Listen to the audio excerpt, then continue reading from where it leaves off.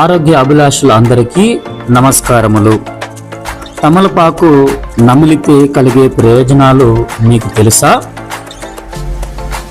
అయితే తప్పకుండా ఇది మనం తెలుసుకోవాల్సినటువంటి విషయము. తమలపాకు అనేక అమూల్యమైనటువంటి పోషకాలను కలిగి ఉంది. దీనిని నమలడం ద్వారా చాలా ఆరోగ్య ప్రయోజనాలు ఉన్నాయి అని మనం తెలుసుకోవాలి.